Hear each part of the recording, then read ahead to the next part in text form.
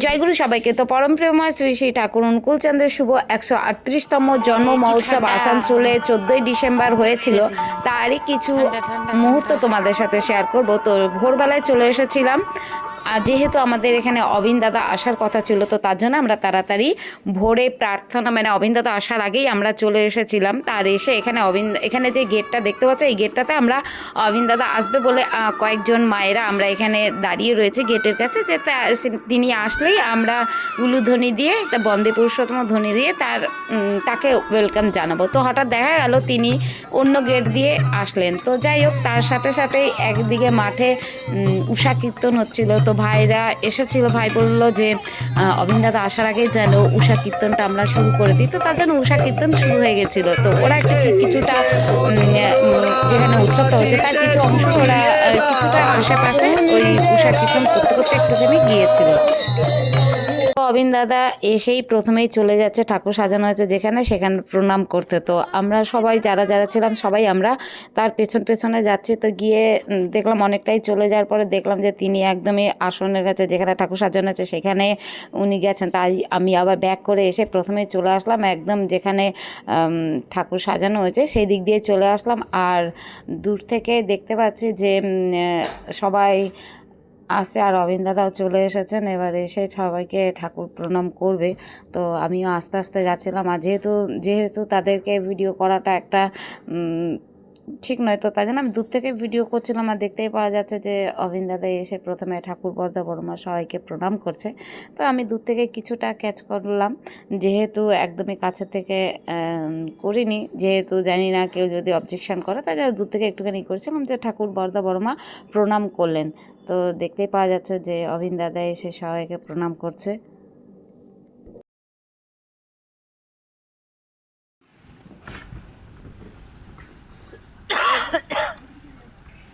তো অবিন দাদা ঠাকুর প্রণাম করা হয়ে গেছে, তারপরে চলে আসলেন এখানে, যে তার যে বসার একটা স্টেজ করেছিল সেখানে এসেছিল। তারপরে যেহেতু প্রার্থনার আগে আগে এসেছিলেন, তারপরে প্রার্থনার টাইম হয়ে গেছে, তো তারপরে প্রার্থনার এখানে আবার চলে আসলাম। যেহেতু অবিন দাদা আবার আসলেন এখানে, যেখানে প্রার্থনা হবে সেখানে তিনি আসলেন। তারপরে তিনি এসে এখানে বসলেন, আর তার সাথে সাথে আমরাও সবাই প্রার্থনাটা করে নিলাম। তারপরে অবিন দাদাকেও তারপরে প্রার্থনা পরে তিনি আবার দর্শনের জন্য বসেছিলেন। তো আমরা সেখানে প্রণাম করলাম। প্রণাম করার পরে তারপরে ভাবলাম একটু মাঠের চারিদিকটা একটু দেখাই। তাই মাঠের চারিদিকটা দেখাচ্ছিলাম, যে তখন অনেকটাই সকাল আর তখন অনেক মানুষ কম এসেছিল।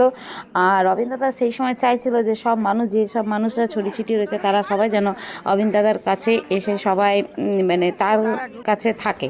তো আমরা অনেক কিছুক্ষণ ছিলাম, তারপর আবার চলে আসলাম টিফিন খেতে। এখানে টিফিনের লাইনে চলে এসেছি। আর এই আসানসোলে যে উৎসবটা ছিল, উৎসবে কী কী প্রসাদ বা টিফিন করা হবে সেটা একদম অবিন দাদা অনেক আগে থেকেই সিলেক্ট করে রেখেছিলেন। তো তাই যাই হোক, তো যেই অনুযায়ী তিনি বলেছিলেন সেই অনুযায়ী এখানে টিফিনের ব্যবস্থা করা হয়েছিল। অন্যবারে যা টিফিনের ব্যবস্থা করা হয় একদম এবছরে একদম অন্যরকম করা ছিল, যেহেতু এখানে অবিন দাদার বা আচার্যদেবের নির্দেশ অনুযায়ী সব কিছুই এখানে অ্যারেঞ্জমেন্ট করা হয়েছিল। তো তারপর অবিন দাদার অনেকক্ষণ দর্শনে বসেছিলেন তিনি, একদম প্রায় যে ভোরবেলা যে মোটামুটি 5টার আগে এসে উপস্থিত হয়েছিলেন। তারপর থেকে একদম পুরো কন্টিনিউ 2:15 পর্যন্ত ছিলেন। তো তারপরে যখন অবিন দাদা উঠে আসলেন, তারপরে এখানে অবিন দাদার সাথে যেসব আরও দেওঘরের যেসব ভাইয়েরা এসেছিল তারা এখানে কীর্তন করছিল। আর দেখতে পাচ্ছ যখন অনেকটাই টাইম, অনেকটা দুপুর যখন গড়িয়ে গেছে, তখন অনেক মানুষের সমাগম আর অনেক মানুষের ভিড়ও হয়েছিল।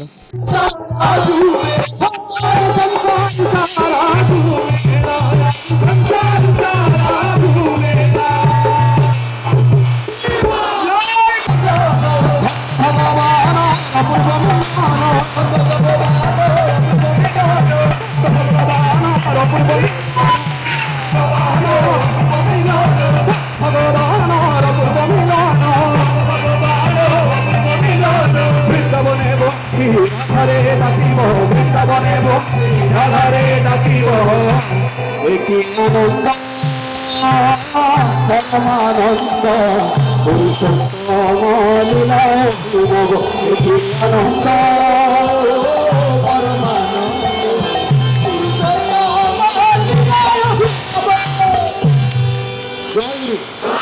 অবিন দাদা যতক্ষণ দর্শনে বসেছিলেন ততক্ষণ আমি ওখানেই ছিলাম, যেহেতু জানি একবার বাইরে চলে গেলে তাহলে আর এখানে আর তার দর্শনের জন্য এদিকে আর আসতে পারবো না, যেহেতু অনেকবার যাতায়াত করেছি আর ভলেন্টিয়াররা বারবার করে মানে যেতে দিচ্ছিল না। তো তারপরে অনেকক্ষণ যেহেতু অবিন দাদা উঠে গেছিলেন, তারপরে আমি ভাবলাম তাহলে একটু উৎসবের চারিদিকটা দেখাই, আর আমিও ভাবলাম যে তখন অনেকটাই টাইম হয়ে গেছিলো। তারপর যেসব আমাদের আত্মীয় স্বজনরা ছিল তারা দেখলাম সবাই প্রসাদ খেয়ে নিয়েছে, তাই জন্য আমিও ভাবলাম তাহলে আমি একা একাই যাই। তাই এবার ভান্ডারার দিকে যাচ্ছি, আর অনেক মানুষ এসেছে সেটা তোমাদেরকে দেখাচ্ছিলাম। আর সবাই প্রসাদ নিচ্ছিল, আর অনেকে নিয়ে নিয়েছে, আর অনেকে আবার এদিকে লাইনে দাঁড়িয়েছিল। আমিও লাইন দিয়ে দিলাম, যেহেতু আমাদের যারা আমার সাথে এসেছিল তারা সবাই শুনলাম যে ওরা নাকি খেয়ে নিয়েছে প্রসাদ। তো তারপরে এখানে কি প্রসাদের ব্যবস্থা করেছিল অনেক দিন ধরে মা বাবা বলেছিল যে অবিন দাদা সিলেক্ট করে দিয়েছিল। তো এই হচ্ছে আমাদের সেই দিনের উৎসবের প্রসাদ, আর এটা আমাদের অবিন দাদাই সিলেক্ট করে দিয়েছিল। তো তারপর প্রসাদ পেয়ে গেছি, প্রসাদ খাওয়ার পরে তারপরে এবার চলে আসলাম এখানে আমার দিদিদের সাথে দেখা করতে। এই জেঠুর মেয়ে এই দিদি, এরা সব বর্ধমান থেকে এসেছে। তারপর দিদির মেয়ের সাথে দেখা করলাম, এদের সাথে একদমই দেখা সাক্ষাৎ হচ্ছিল না।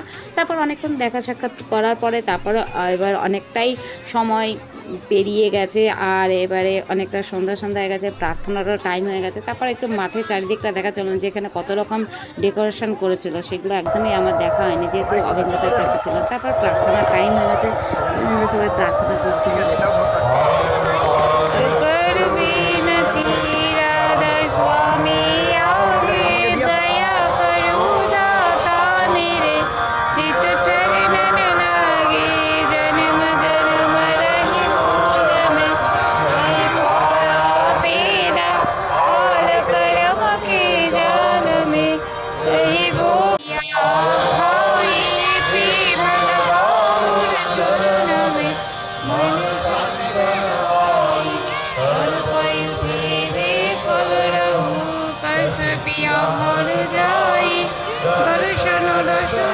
হোয়াইট ব্যান্ডের গান শোনার জন্য খুবই আগ্রহী হয়ে রয়েছে, অনেকটাই টাইম হয়ে গেছে। আর এখানে দেখতে পাচ্ছ অনেক মাঠ জুড়ে অনেক মানুষ অপেক্ষা করছে এই গানের অপেক্ষায়। আমরাও এক্সাইটেড হয়ে রয়েছি। এদিকে সব নাচার জন্য প্রস্তুত হয়ে রয়েছে, নাচার জন্য প্রস্তুত।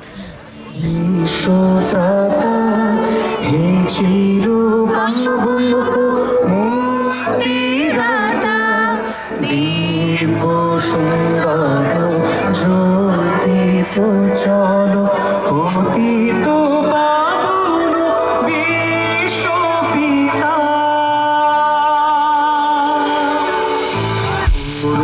করুণামণ্ডিত ভুবন বন্দিত অলোক নিরঞ্জন মুকেশ ধারা নমামি চরণে রহিম সদা ধ্যানে অরুণ প্রেমময় জীবন বিধাতা